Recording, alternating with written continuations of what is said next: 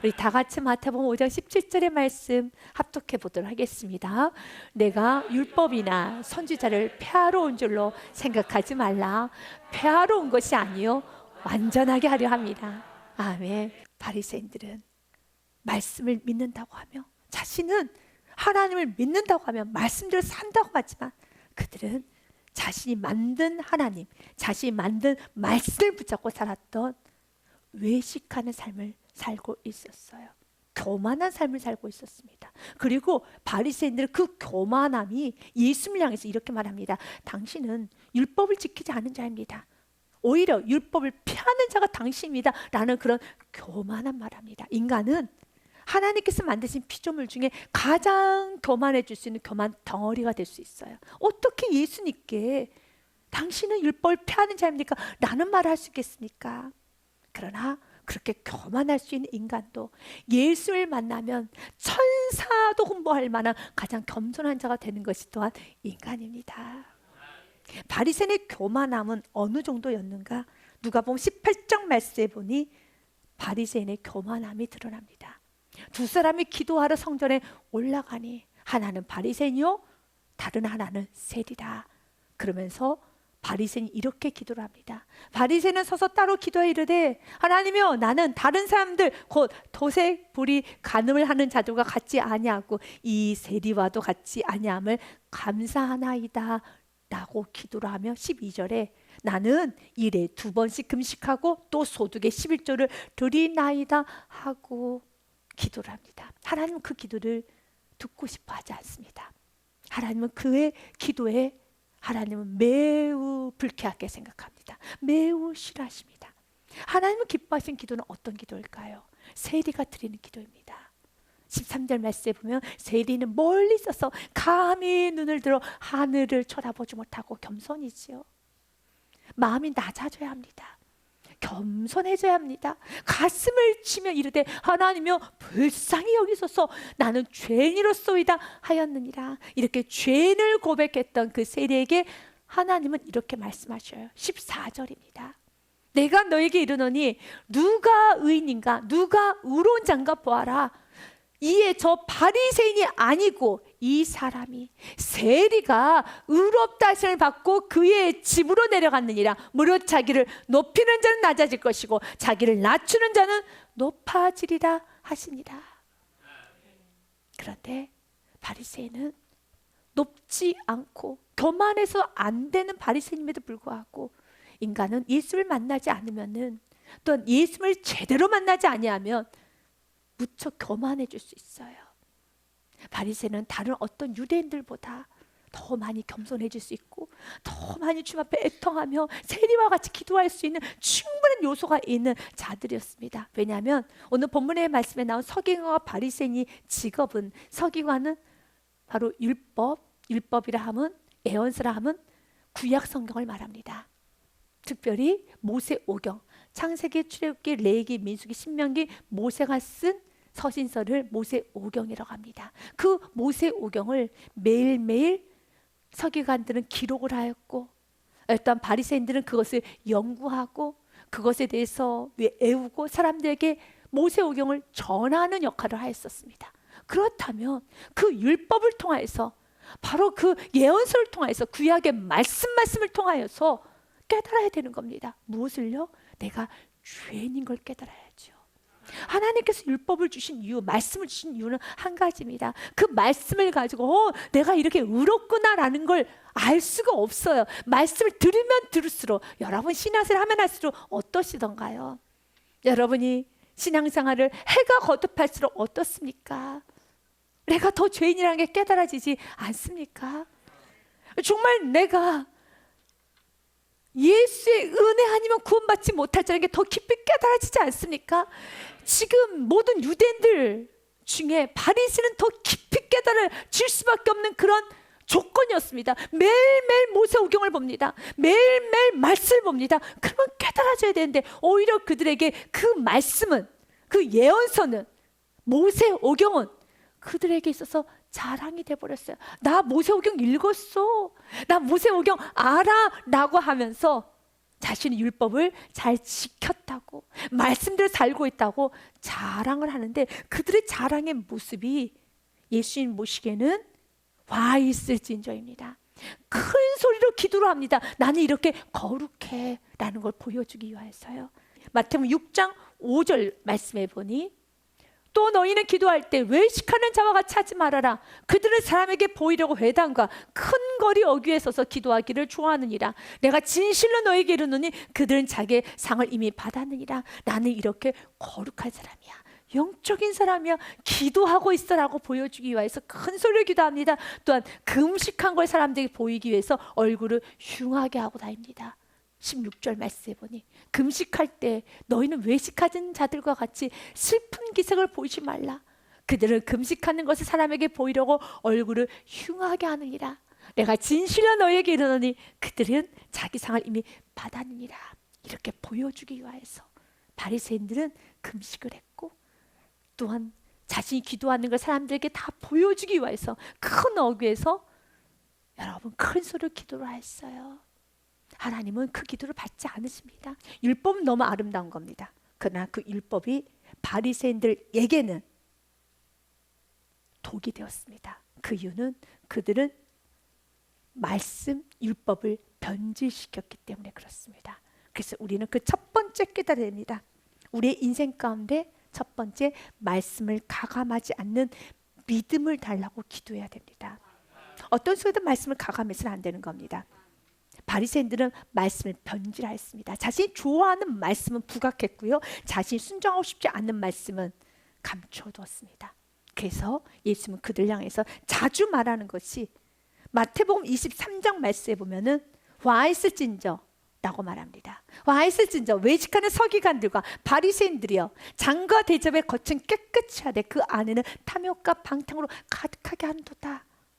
그러면서 26절에 눈먼 바리새인여, 너는 먼저 안을 깨끗이 하라. 그리하면 겉도 깨끗하리라. 와 있을진저, 외식하는 서기관들과 바리새인들이여, 회칠한 무덤 같으니 겉으로는 아름답게 보이나 그 안에는 죽은 사람의 뼈와 모든 더러운 것이 가득하도다라고 말합니다. 그들의 겉모습은 거룩한 척하지만 그들의 속은 썩어 있다라는 거죠. 회를 칠한 무덤과 같다는 겁니다. 그들의 내면은 무너질 대로 무너져 있다라는 것입니다. 왜 그렇게 되었습니까? 그들은 말씀을 변질했기 때문에 그렇습니다. 바리새인이 하는 직업은 말씀 구약을 매일매일 연구하고 전하고 그것을 계속적으로 보존하기 위해서 기록한 일을 합니다. 그런데 그 말씀을 읽으면 읽을수록 비침이라는 걸 받겠죠.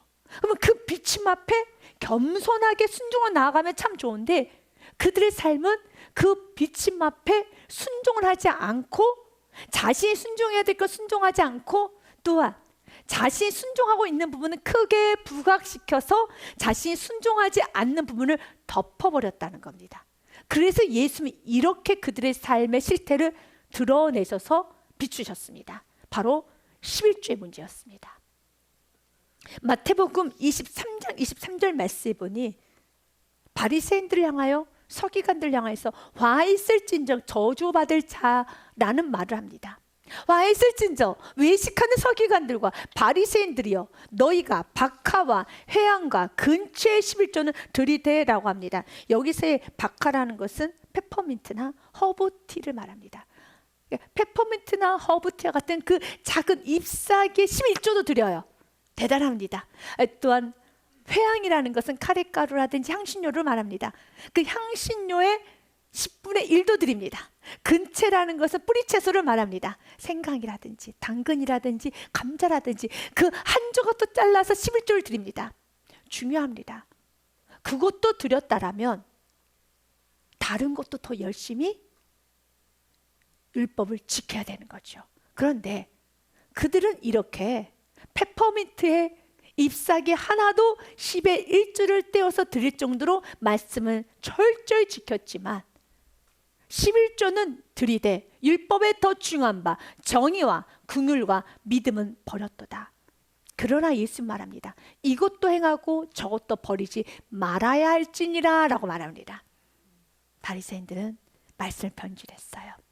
내가 순종할 수 있는 것만 순종했습니다. 그리고 그 순종을 부각시키면서 자신이 불순종하는 걸 감춰버렸다는 겁니다. 그래서 24절의 말씀을 이어갑니다. 예수님은 그들을 향해서 낙타를 삼키면서도 하루살이를 잡고 그 하루살이를 가지고 논쟁하고 있구나라고 말을 해요. 맹인된 인도자여, 하루살이는 걸러내고 낙타는 삼키는도다. 낙타를 어떻게 삼킬 수 있겠습니까? 그러나 예수님 보시기에 낙타를 꿀꺽 삼켜서 몸 안에 낙타가 있음에도 불구하고 이 낙타를 끄집어내서 이 커다란 문제를 해결해야 되는데, 이 큰 문제를 해결해야 되는데 하루살이 이 자그마한 거 가지고 하루 종일 논쟁하고 비난하고 비판하고 하루 종일 그 하루살이 문제를 가지고 여러분 서로를 향해서 정죄하고 산다는 겁니다. 무엇을 삼켰음에도 불구하고요, 낙타를 삼켰음에도 불구하고 낙타부터 해결해야죠. 지금 뱃속 안에 낙타가 있다는 겁니다. 예수님 보시기에는 바리새인들 안에 다 낙타를 집어 삼켰음에도 불구하고 낙타는 끄집어내서 토해내지는 않고 하루살이를 가지고 하루 종일 논쟁하고 있다라는 것입니다. 주님 그 모습을 통해서 우리도 보기 원합니다. 낙타를 삼키고 낙타의 문제가 있음에도 불구하고 낙타의 문제를 해결하지 않고 하루살이 같은 문제를 가지고 가냘픈 아이들을 여러분 윽박하고 소리를 지르고 가정 안에서 비난하고 비판하고 화를 내고 내가 폭력과 폭언을 쓰는 것, 예수님은 그런 이중적인 모습에 화해스진저라고 말을 하는 것입니다. 그들은 자신이 하나님 앞에 엎드려져야 되는 그 문제는 감췄어요. 낙타와 같은 큰 문제는 감추고 다른 것을 더 크게 부각했죠. 그 중에 하나가 11조였다는 겁니다. 물론 11조를 드리는 것도 당연히 지켜야겠죠. 그래서 예수님이 이렇게 말씀하셨죠. 이것도 하고 저것도 하라란 말씀을 한 것처럼 마태복음 23장 23절 말씀처럼, 그러나 이것도 행하고 11조도 행하지만 저것도 버리지 말아야 되는 것처럼 11조를 철저히 지켰다면 저것도 다른 것도 해야 되는 것이죠. 우리가 신앙생활 하면서 내가 순종하는 것은 굉장히 크게 부각을 합니다. 가정 안에서 우리 가정은 주일 성수는 목숨보다 더 귀해 라고 하면서 주일 성수를 크게 강조를 합니다. 귀한 겁니다. 주일 성수는 중요합니다. 그러나 주일 성수만 있습니까? 새벽 기도도 있죠. 금요 예배도 있죠. 여러분 전도도 있죠. 이렇게 주일 성수도 있지만 전도도 있고 헌신하는 삶도 있으며 여러 예배도 있어요. 그런데 이런저런 자신에게 여러분 관여가 되는 문제는 감추고 주일 성수만 부각시키면서 주일을 더 온전히 지키기 위해서는 옷을 어떻게 입고 그리고 더 준비하고 더 열심히 주일을 더 경건하게 보내야 하고, 그 부분을 계속 하나님께서 말씀하지 않은 것까지도 많은 규범을 만들어서 여러분 끊임없이 주일만을 강조한다면, 오늘 이들처럼 11조만을 강조한다면 여러분 11조도 드려야 되는 말씀도 있지만 온유하라는 말씀도 있어요. 우리 가정 안에서 11조를 드리지 않으면 부모가 때로는 자녀에게 이런 말까지 합니다. 하나님 물건을 도둑질하는 도둑놈이라고 말하며 밥도 먹지 마, 나가버려 라고 말합니다. 11조를 지키는 거, 이것과 함께 또 가정 안에서 온유하게 살아야 되는 것도 말씀이에요. 그런데 신앙생활 20년 30년 했음에도 불구하고 온유하라는 말씀은 여전히 모른 척합니다. 그리고 무엇만 강조한가? 11조만 강조한다면 주님 말하는 겁니다. 11조 중요하지. 그러나 정의와 긍휼과 믿음도 중요하다는 겁니다. 이것도 행하고 저것도 버리지 말아야 할지니라. 바리새인들은 자신 원하는 것만 순종했어요. 그리고 그 순종한 것을 더 부각시키면서 자신의 죄를 감췄어요. 그래서 사람들에게 자신은 더 거룩한 걸 보이기 위해서 더 크게 자신이 11조 한 것만을 드러냈고 기도하는 모습만 드러냈으며, 그러나 그들 안에 11조는 드렸지만 물질을 우상 삼고 있는 우상은 버리지 못하였습니다. 그래서 예수님께서는 한 부자 청년의 예를 드십니다. 부자 청년이 예수께 나와서 내가 어떻게 해야 영생을 얻을 수 있겠습니까? 라는 질문을 해요. 그때 예수님은 구약에 있는 모든 말씀, 율법을 지켜 라고 말합니다. 그때 그 부자 청년도 바리새인처럼 서기관처럼 이렇게 말합니다. 저 다 지켰습니다. 저 율법 다 지켰습니다 라고 말합니다. 바리새인처럼요. 어떻게 율법을 다 지켰다고 그렇게 말할 수 있습니까? 그때 예수님은 그래, 그러면 됐어, 너가 지켰다니 됐다 라고 말을 하면서 예수님은 연이어 계속 말합니다. 그 청년이 이르되 이 모든 것을 내가 지켰사온데 아직도 무엇이 부족합니까? 예수님께서 이르시되 내가 온전하고자 할진대 가서 내 소유를 팔아 가난한 자들에게 주라. 그리하면 하늘에서 보화가 내게 있으리라. 그리고 와서 나를 따르라 하지니. 그때 22절에 그 부자 청년은 근심하며 떠나갑니다. 그 청년이 재물이 많음으로 이 말씀을 듣고 근심하며 가니라. 그 재물의 11조는 주 앞에 드렸을 수 있습니다.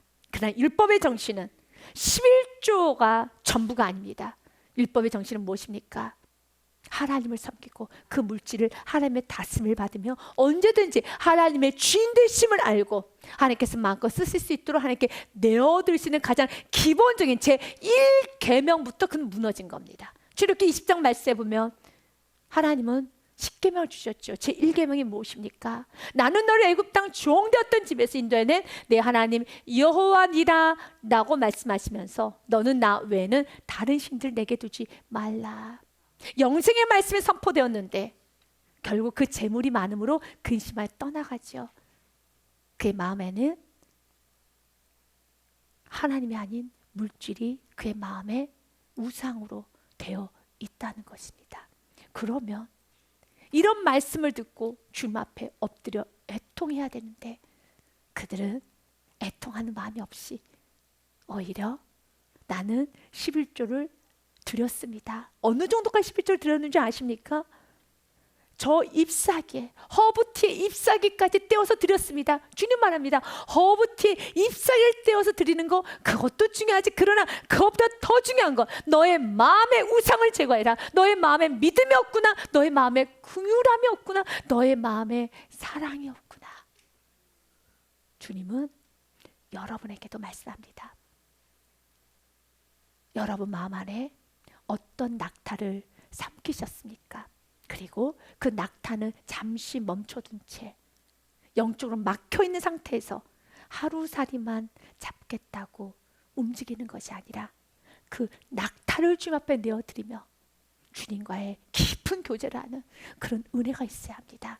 예수님 연이어 19절과 20절 말씀에 이렇게 말씀하십니다. 그러므로 누구든지 이 계명 중에 지극히 작은 것 하나라도 버리고 또 그같이 사람을 가르치는 자는 천국에서 지극히 작다 일컬음을 받을 것이요 누구든지 이를 행하며 가르치는 자는 천국에서 크다 일컬음을 받으리라. 사람은 양심이라는 게 있기 때문에 내가 잘하고 있는 건 부합합니다. 그러나 내가 하지 않는 것은 말할 수가 없겠죠. 그래서 예를 들자면 내가 지금 11조 생활을 잘하고 있으면 오직 자녀들에게 11조만을 강조해요. 그런데 하나님께서는 나에게 하시는 말씀, 전도하십시오, 저 예배 시간 늘리십시오, 모이게 힘쓰십시오, 겸손하십시오, 온유하십시오, 가정을 위해서 희생하십시오 라는 그런 말씀이 아무리 선포가 되어도 그것은 내가 순종하고 있지 아니하면 자녀들에게 무엇만을 가르칠까요? 11조, 11조, 11조만을 가르치는 거예요. 자녀에게 온유하여라, 희생하여라, 하나님을 더 섬겨라, 어떤 순간에도 기도하고 예배 우선주의 삶을 살아라 라는 수많은 말씀이 있어도 가르치질 않아요. 마치 바리새인들처럼 금식만 가르치는 것처럼.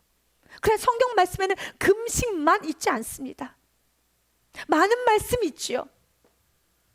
그래서 성경은 말합니다. 지극히 작은 것 하나라도 버리고 또 그같이 사람을 가르친 자는 버리고 이걸 제하고 가르쳐요.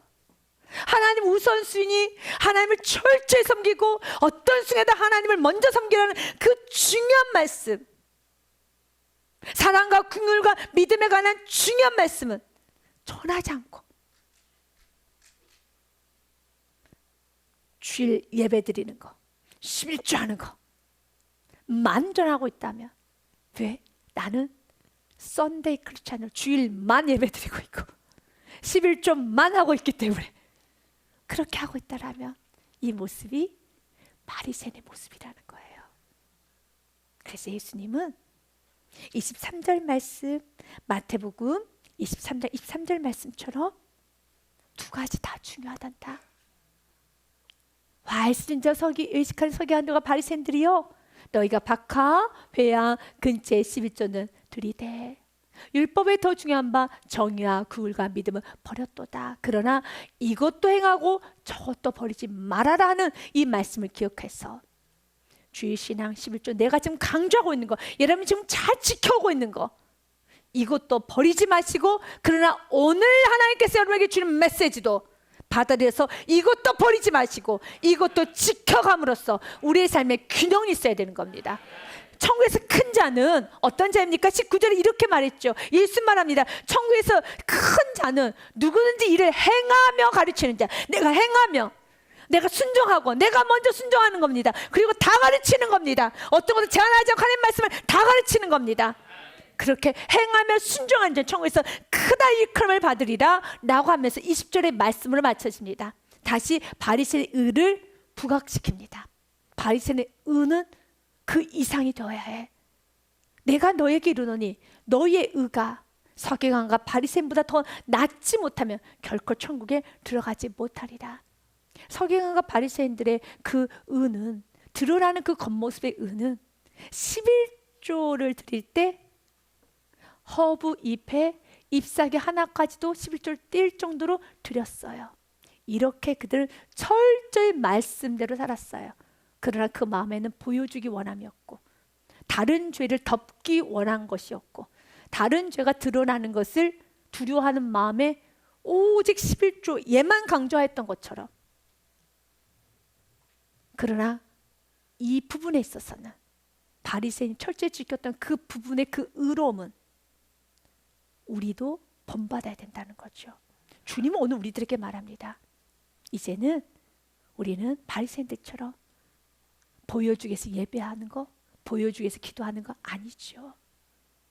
우리는 구원받은 것에 감사해서 예배하고, 우리는 바리새인처럼 소리 높여 기도하는 거, 사람들이 내 기도 소리 들으라고 기도하는 게 아니라 애통해서, 하나님께 너무 감사해서, 저 영혼이 불쌍해서 우리는 큰 소리를 기도하고, 큰 소리를 예배하고, 큰 소리를 찬양하고, 간증도 하고 우리는 살아갑니다.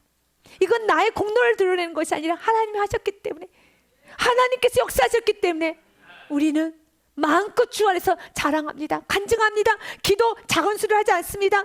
우리의 섬김, 여러분 때로는 드러내서 하기도 합니다. 이건 자랑하기 위한 것도 아니겠죠. 주님 우리에게 말합니다. 이제는 우리의 의가 바리새인보다 철저하게 할 수 있는 이유는 로마서의 말씀 6장 15절 말씀에 이렇게 되어 있습니다. 같이 읽어봅니다. 시작. 그런즉 어찌하리요? 우리가 법 아래 있지 아니하고 은혜 아래 있으니 죄를 지으려 그럴 수 없느니라. 죄를 지을 수 없다는 겁니다. 여러분, 은혜 받은 자는 죄를 지을 수 없어요. 이제 내가 율법을 잘 지키고 율법을 안 지키면 하나님께서 혼내실 거라는 그 개념으로 율법을 지키는 것이 아니라, 이제 말씀대로 사는 것이 아니라, 하나님, 내가 지은 죄를 지었던 그 시간 지나간 때로 충분합니다. 혈기 부리고 욕심 부리고 교만하고 거만하고 자만하게 살았던, 믿음 없이 살았던 그 시간은 지나간 때로 족합니다. 남은 시간도 별로 없는데 그 남은 시간 이제는 사랑의 빚진 자가 되어서 믿음으로 살아보겠습니다. 긍휼히 여겨 살아보겠습니다. 말씀대로 살아보겠습니다. 나는 그런 마음으로 사는 것입니다. 여러분이 혹시 그 마음이십니까? 너무 복된 마음이시죠? 이제는 주님 맞습니다. 베드로전서 말씀 그대로 4장 3절 말씀 맞습니다. 지나간 대로 족합니다. 충분합니다. 더 이상 교만으로 나의 시간을 낭비하고 싶지는 않습니다. 같이 읽어봅니다. 시작. 너희가 음란과 정욕과 술취함과 방탕과 양락과 무법한 우상숭배라여 이방인의 뜻을 따라 행한 것은 지나간 대로 족하다. 충분합니다. 정말 죄 많이 짓고 살았습니다. 충분합니다. 이제는 그렇게 살고 싶지 않습니다. 이제는 예수님 자랑하고 그 은혜 감사하며 예수님께 감사하며 나를 구원해 주신 그 은혜 잊지 않고 애굽 땅 종되었던 너희를 기억하라는 그 말씀을 나도 기억하면서 어디서 구원받았는가 기억하고 어떤 은혜를 받고 여기까지 왔는가 기억하면서 나의 남은 생에 이제 감사로 살아가는 겁니다. 은혜로 살아가는 겁니다. 이렇게 살아갈 때 우리의 삶은 복된 것입니다.